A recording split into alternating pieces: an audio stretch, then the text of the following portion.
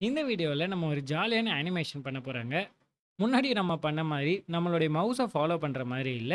ஆட்டோமேட்டிக்கா மூவ் ஆகுற மாரி. அதாவது இந்த பால் தானாவே மூவ் ஆயிட்டே இருக்க போது. இதுக்கு நான் ரொம்ப பேசிக்கான ஒரு செட்டப் தான் பண்ணியிருக்கிறேன். ஒரு விண்டோ வரைஞ்சிட்டு, அந்த விண்டோவோட பேக்கிரவுண்ட் பார்த்தீங்கன்னா, ரெட் கலர்ல செட் பண்ணிட்டு, விண்டோவோடைய நடுவுல 100 பிக்சல் சைஸ்ல ஒரு சர்க்கிள் வரைஞ்சிருக்கேன். இப்போ நம்ம செய்ய வேண்டியது எல்லாமே பார்த்தீங்கன்னா, இந்த ட்ரா அப்படிங்கிற ஃபங்ஷன் ஒரு செகண்டுக்கு பல தடவ கால் ஆகும் அப்படின்னு நான் சொன்னேன் இல்லையா? அதனால இந்த ஃபங்ஷன்ல நம்ம இந்த சர்க்கிள கொஞ்சம் மூவ் பண்ணி வரைஞ்சுக்கிட்டே போனோம் அப்படின்னா, இந்த சர்க்கிள் மூவ் ஆகுற மாரி ஒரு அனிமேஷன் கிரியேட் ஆயிடும். இதுக்கு நம்ம என்ன பண்ணணும்? நம்மளுடைய சர்க்கிள் இப்போ எங்க இருக்கோ, அந்த பொசிஷன்ல இருந்து அதோடைய கோஆர்டினேட்ஸ மூவ் பண்ணணும். அது எக்ஸ் டைரக்ஷன்ல மூவ் பண்ணோம் அப்படின்னா, நம்மளுடைய சர்க்கிள் இப்படி ரைட் சைடுல மூவ் ஆயிட்டே போகும். ஒய் டைரக்ஷன்ல மூவ் பண்ணோம் அப்படின்னா, மேலேயோ கீழேயோ அப்படின்னு ஒய் டைரக்ஷன்ல மூவ் ஆயிட்டு போகும். 2த்தையும் சேர்த்து மூவ் பண்ண ஆரம்பிச்சோம்னா, இந்த பிளேன்ல எங்க வேணாலும் மூவ் பண்றதுக்கான வாய்ப்புகள் இருக்கு. இதுல நம்ம அனிமேட் பண்ணும்போது, நம்மளுடைய பேக்கிரவுண்ட் ஒவ்வொரு தடவையும் வரையணும் அப்படின்னு நான் முன்னாடி சொல்லியிருந்தேன் இல்லையா? இல்லன்னா இந்த பால் பின்னாடி ஒரு ட்ரெயில் ஃபார்ம் ஆயிட்டே இருக்கும். அத அவாய்ட் பண்றதுக்கு நம்ம பேக்கிரவுண்ட வரைஞ்சிட்டு சர்க்கிள் வரைய போறோம் அப்படிங்கிறனால, இந்த 2 லைன்ஸும் இங்கேயும் சரி, ட்ராலயும் சரி ரிப்பீட் ஆயிட்டே இருக்க போகுது. அதனால நம்ம இத தனியா ஒரு ஃபங்ஷனா மூவ் பண்ணிக்கலாமா?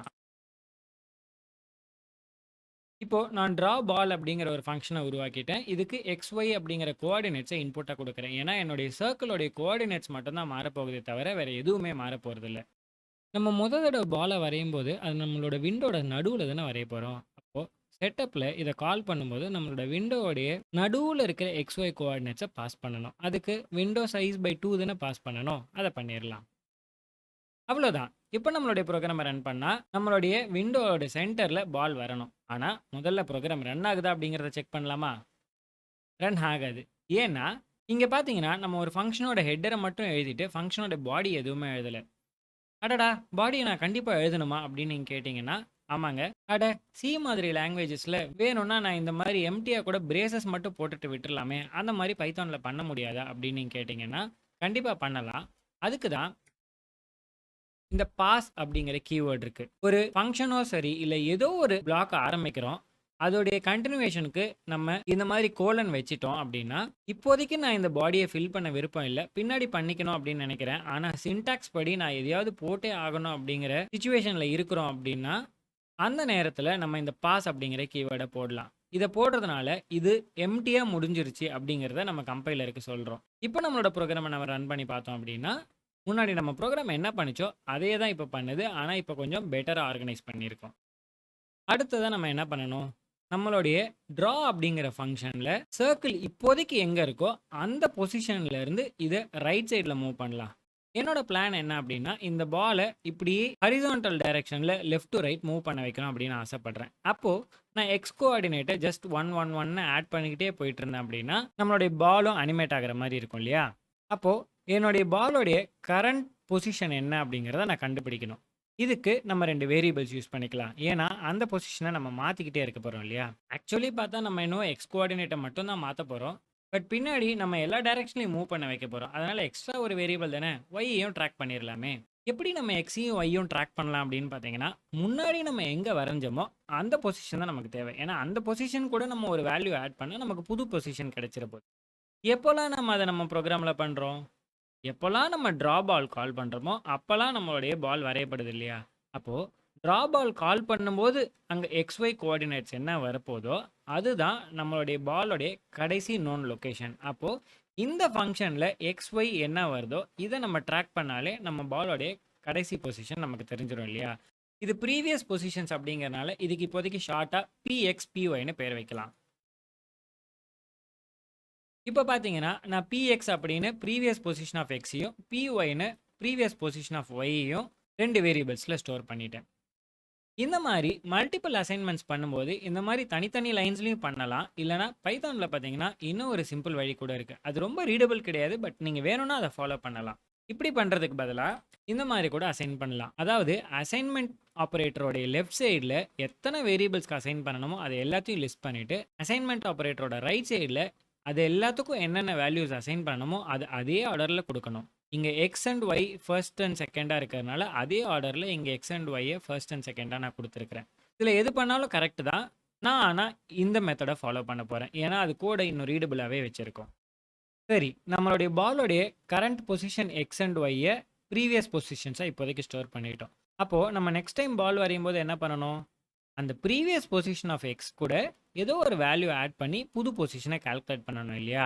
அதுக்கு நான் ஒரு வேரியபிள் கிரியேட் பண்ணிடுறேன். சிஎக்ஸ், அதாவது கரண்ட் பொசிஷன் ஆஃப் எக்ஸ் அப்படிங்கிறத, அதாவது கரண்ட் பொசிஷன் அல்லது நியூ பொசிஷன் கூட வச்சுக்கோங்க. கரண்ட் பொசிஷன் ஆஃப் எக்ஸை கால்குலேட் பண்ணுறதுக்கு ப்ரீவியஸ் பொசிஷன் கூட நான் 1 ஆட் பண்ணுறேன். ஒரே ஒரு பிக்சல் தான் மூவ் பண்ணுறேன் அப்படிங்கிறனால இது கொஞ்சம் ஸ்லோவாக தான் இருக்கும். பட் இப்போதைக்கு இந்த பேசிக்ஸ்லேருந்து ஆரம்பிக்கலாமே. இப்போ புது பொசிஷனை கால்குலேட் பண்ணியாச்சு. இதை வச்சு நம்ம பாலை வரையலாமா?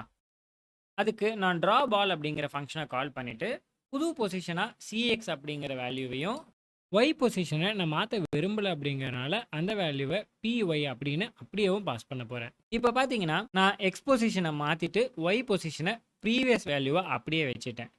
இந்த மாதிரி நீங்கள் தனியாக ஒரு வேரியபிள் கிரியேட் பண்ணியும் கொடுக்கலாம். இல்லை இது ஒரு சிம்பிள் அடிஷன் தானே, நம்ம இப்படி நேராகவும் பாஸ் பண்ணிடலாம். இங்கே ஆட்டோமேட்டிக்காக இந்த கால்குலேஷன் நடந்து இந்த px+1 அப்படிங்கிற வேல்யூ இந்த எக்ஸ் அப்படிங்கிற வேரியபிளுக்கு ஆட்டோமேட்டிக்காக இது கால் ஆகும்போது இங்கே போய் அசைன் ஆகிடும். ஸோ நமக்கு ஒவ்வொரு தடையும் +1 ஆட் ஆகிட்டு வந்துகிட்டே இருக்கும். இப்போ நம்ம ப்ரோக்ராமை ரன் பண்ணி பார்க்கலாமா? என்னடா இது எரர், px அப்படின்னு ஒரு வேரியபிளே இல்லை அப்படின்னு வருது அப்படின்னு பார்க்குறீங்களா? இந்த டாப்பிக்கை பேசுறதுக்கு தான் இந்த வீடியோ.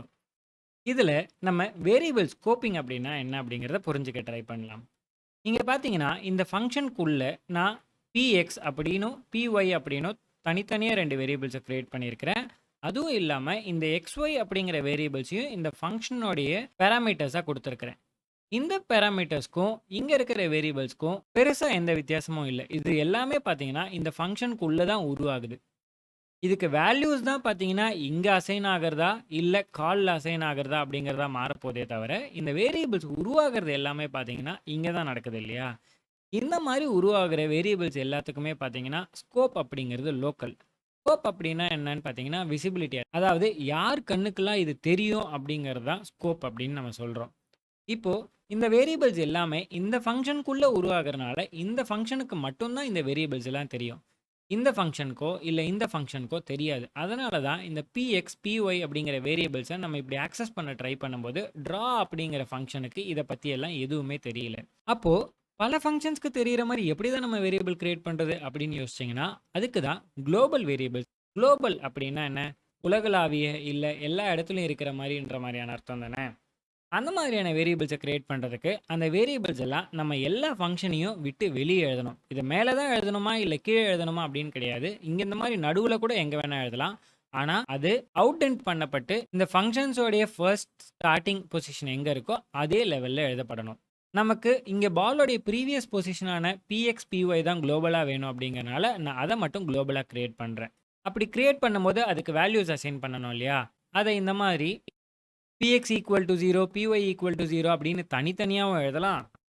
ஒரே வேல்யூ தான் எல்லாத்துக்கும் அசைன் பண்ண போகிறோம் அப்படின்னா இந்த மாதிரி மல்டிபிள் அசைன்மெண்ட்ஸை போட்டு எல்லாத்தையும் ஈக்குவல் டு ஒரே வேல்யூ அப்படின்னு கொடுக்கலாம். நான் கிளாரிட்டிக்காக இந்த மாதிரி தனித்தனியாகவே எழுதிடுறேன். சரி, இப்போ 2 குளோபல் வேரியபிள்ஸ் கிரியேட் பண்ணிட்டோம்.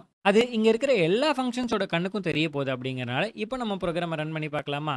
ப்ரோக்ராம் ரன் ஆகிடுச்சு. ஆனாலும் நம்ம பால் மூவ் ஆகலையே, என்ன நடந்திருக்கும் அப்படிங்கிறத புரிஞ்சுக்க ட்ரை பண்ணலாம். நம்மளோட பால் இங்கே டாப் லெஃப்டில் இருக்குது. அப்போனா 0,0 இருக்குது. அப்போனா நம்மளுடைய பிஎக்ஸ் பிஒய் பொசிஷன் மாறாமல் 0வாகவே இருக்குது. இந்த அசைன்மெண்ட்டுக்கு அப்புறம் மாறவே இல்லை அப்படின்னு அர்த்தம். இது எங்கெல்லாம் நம்ம மாற்றுறோம், இங்கே px+1 அப்படின்னு பாஸ் பண்ணாலும் அந்த வேரியபிளோட வேல்யூ மாறுறது என்னவோ பார்த்தீங்கன்னா இந்த ட்ரா பால் அப்படிங்கிற ஃபங்க்ஷனில் தான் இல்லையா? அப்போ இங்கே தான் ஏதோ தப்பு நடக்குது. கரெக்டாக என்ன நடக்குது அப்படின்னு பார்த்தீங்கன்னா, என்னதான் நம்ம இங்கே குளோபலாக 2 வேரியபிள்ஸ் கிரியேட் பண்ணாலும் இந்த மாதிரி ஒரு ஃபங்க்ஷனுக்குள்ளே வந்துட்டு நம்ம அதே பேர் வச்சு வேரியபிள்ஸ் ஒரு சிலது கிரியேட் பண்ணோம் அப்படின்னா இந்த ஃபங்க்ஷன்ஸில் இருக்கிற வேரியபிள்ஸ், அதாவது லோக்கல் வேரியபிள்ஸ் குளோபல் வேரியபிள்ஸை ஷேடோ பண்ணிடும். அதாவது நம்ம வெயிலில் நிற்கிறோம் அப்படின்னா நம்மளோட நிழல் தரையில் படும்போது நமக்கு பக்கத்தில் நம்மளை விட பெரிய ஒரு ஆள் வந்து நின்னாங்கன்னா அவங்களோட நிழல் நம்மள்த மறைச்சிரும் இல்லையா? அதே மாதிரி தான் லோக்கல் வேரியபிள்ஸ் தான் எப்போவுமே ப்ரையாரிட்டி அதிகம். அதனால் இந்த ஃபங்க்ஷனுக்குள்ளே பார்த்தீங்கன்னா இந்த குளோபலாக இருக்கிறவங்க பார்த்தீங்கன்னா சின்னவங்க மாதிரி தான். அதனால் இதோடைய வேல்யூ ஆர் இதோட ஸ்கோப் இதை ஷேடோ பண்ணிடும். இதனால் என்ன ஆயிடுச்சு அப்படின்னு பார்த்தீங்கன்னா இங்கே px = x py = y அப்படின்னு அசைன்மெண்ட் பண்ணும்போது இங்கே லோக்கலாக 2 வேரியபிள்ஸ் கிரியேட் ஆகுது. இந்த வேரியபிள்ஸ் என்ன ஆகும்னு பார்த்தீங்கன்னா இந்த ஃபங்க்ஷனை விட்டு வெளில வரும்போது காணாமல் போயிடும். அதாவது ட்ரா பால் கால் பண்ணப்பட்டு இங்க வந்து இந்த 2 வேரியபிள், இந்த 2 வேரியபிள்னு 4 வேரியபிள் கிரியேட் ஆயி, இந்த ஃபங்ஷன் முடிஞ்சுட்டு திருப்பி ட்ராக்கு போகும்போது இந்த 4 வேரியபிளும் காணாம போயிடும். அப்போ பிஎக்ஸோட பொசிஷன் என்ன? எத்தனை தடவை அசைன் பண்ணப்பட்டாலும் அது லோக்கலா அசைன் ஆகறனால, அது வெளிய போகும்போது இந்த வேரியபிள் வேல்யூஸ் எல்லாமே காணாம போயிடும். அப்போ இங்க இருக்கிற இந்த குளோபல் வேரியபிள்ஸோட வேல்யூஸ் பார்த்தீங்கன்னா, முன்னாடி அசைன் பண்ணப்பட்ட அதே 0 அப்படிங்கிற வேல்யூலயே தான் இருந்துகிட்டு இருக்கும். மாறவே மாறாது. அதனால தான் நம்மளோட சர்க்கிள் எத்தனை தடவை வரையப்பட்டாலும் இங்கேயே இருந்துகிட்டு இருக்கு. அப்போ எப்படிதான் நம்ம இந்த ஃபங்ஷனுக்குள்ள போயிட்டு, நீ லோக்கலாலாம் பிஎக்ஸ், பிஒய் கிரியேட் பண்ணாத, இங்க இருக்கிற குளோபலான இந்த வேல்யூஸையே ரெஃபர் பண்ணு அப்படின்னு சொல்றது அப்படின்னு பார்த்தீங்கன்னா, அதுக்கு தான் பைத்தான்ல இருக்கிற இந்த குளோபல் அப்படிங்கிற கீவேர்ட். குளோபல் அப்படின்னு ஒரு கீவேர்டு குடுத்துட்டு, அதுக்கு பக்கத்துல எந்தெந்த வேரியபிள்ஸ் எல்லாம் நம்ம அக்சஸ் பண்ணணும் அப்படின்னு நெனைக்கிறோமோ, அதோடைய பேரெல்லாம் டைப் பண்ண ஆரம்பிக்கணும். இங்க நான் பிஎக்ஸ், பிஒய் 2த்தையும் தான் அக்சஸ் பண்றேன்.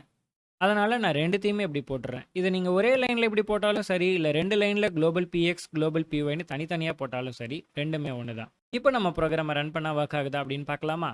ஆஹா! நம்மளுடைய ஃபங்ஷன் வொர்க் ஆயிடுச்சு பாருங்க. நம்மளுடைய X and Y values update ஆயிட்டே இருக்கு. அதனால ப்ரீவியஸ் பொசிஷனும் ஸ்டோர் ஆகி, அதுக்கு கூட 1 ஆட் ஆகி, புது பொசிஷன்ல நம்ம பால வரைஞ்சுக்கிட்டே இருக்கிறோம். இங்க 2 கொஸ்டின்ஸ் உங்களுக்கு தோணலாம். 1, இங்க நம்ம வேரியபிள்ஸ் ஆக்சஸ் பண்ணும்போது குளோபல் அப்படின்னு போடவே இல்லையே, ஏன் இங்க மட்டும் போட்டோம் அப்படின்னு யோசிச்சீங்கன்னா, அது கரெக்ட் தான். ஏன்னா, இந்த குளோபல் அப்படிங்கிற கீவேர்ட நம்ம ஒரு வேல்யூவ அசைன் பண்ணும்போது அல்லது வேல்யூவ மாத்தணும் அப்படின்னு நினைக்கும்போது தான் தேவைப்படும். இங்க நம்ம இந்த குளோபல் வேரியபிள்ஸான பிஎக்ஸ், பிஒய்யோட வேல்யூஸை மாற்ற ட்ரை பண்ணுறோம். அதனால நம்ம இங்கே இதை போட்டாகணும். ஆனால் இங்கே பார்த்தீங்கன்னா நம்ம இங்கே இருக்கிற பிஎக்ஸ், பிஒய்யோடைய வேல்யூஸை தான் ரீட் பண்ண ட்ரை பண்ணுறோம். அண்ட் இங்கே பார்த்தீங்கன்னா பிஎக்ஸ், பிஒய் அப்படிங்கிற பேரில் லோக்கலாக எந்த வேரியபிள்ஸும் இல்லை. அப்படி இல்லாதப்போ நம்ம இந்த மாதிரி குளோபல் வேரியபிள்ஸோட பேரை கொடுக்குறோம் அப்படின்னா அது லோக்கல் வேரியபிள்ஸ் இல்லாத காரணத்தினால இங்கே ரெஃபர் பண்ணுது. அதுவே இங்கே பார்த்தீங்கன்னா அசைன்மெண்ட்டில் ஆட்டோமேட்டிக்காக ஒரு லோக்கல் வேரியபிள் கிரியேட் ஆகிடும். அதனால நம்ம இந்த லோக்கல் வேரியபிளை அவாய்ட் பண்ணுறதுக்காக இந்த குளோபல் அப்படிங்கிற கீவேர்டை யூஸ் பண்ணுறோம். ஸோ சிம்பிளான தம் ரூலை நீங்கள் இதை எப்படி எடுத்துக்கலாம் அப்படின்னு பார்த்தீங்கன்னா, ஒரு குளோபல் வேரியபிளை வெறும்னே ரீட் பண்ண போகிறீங்க அப்படின்னா குளோபல் போடாதீங்க. பட் ஒரு விஷயம் ஞாபகம் வச்சுக்கோங்க, அந்த நேரத்தில் அங்கே அதே பேரில் ஒரு லோக்கல் வேரியபிள் இருக்கக்கூடாது. ஆனால் அசைன்மெண்ட் பண்ணும்போது பார்த்தீங்கன்னா கண்டிப்பாக ஒரு லோக்கல் வேரியபிள் கிரியேட் ஆகிடும் அப்படிங்கிறதுனால அதை அவாய்ட் பண்ணுறதுக்கு நம்ம குளோபல் அப்படிங்கிற கீவேர்டை யூஸ் பண்ணிக்கலாம். அடுத்த கொஸ்டின், ஆமாம் என் பால் எங்கே காணா போச்சு அப்படின்னு கேட்குறீங்க அப்படின்னா, நம்மளோட பாலோட எக்ஸ் கோஆர்டினேட்டை நம்ம மூவ் பண்ணிக்கிட்டே போகிறோம் இல்லையா? விண்டோக்குள்ளே இருக்கிற வரைக்கும் அது நம்ம கண்ணுக்கு தெரியும். ஆனால் அந்த விண்டோவை விட்டு அது வெளியே போயிடுச்சு அப்படின்னா, நம்மளோட கம்ப்யூட்டர் அதை வரைஞ்சிக்கிட்டு தான் இருக்குது. ஆனால் நம்மளோட விசிபிள் பொசிஷனில் வரையல அப்படிங்கிறனால நம்மளோட பால் கண்ணுக்கு தெரியாமல் போயிடுது. இதை சரி பண்ணுறதுக்கு நம்ம பால் எப்போ விண்டோவை விட்டு வெளில போகுது அப்படிங்கிறத கண்டுபிடிச்சி, அதுக்கப்புறம் ஒன்று பாலை நம்ம இங்கே கொண்டு வந்து திரும்பி இப்படி வரைய வைக்கணும், இல்லையா நம்ம பாலை பவுன்ஸ் பண்ணி பின்னாடி வர வைக்கலாம். இதில் ஏதாவது ஒரு ஸ்ட்ராட்டஜியை முடிவு பண்ணிக்கோங்க. அதை நம்ம அடுத்த வீடியோவில் எப்படி பண்ணுறது அப்படிங்கிறத பார்க்கலாம்.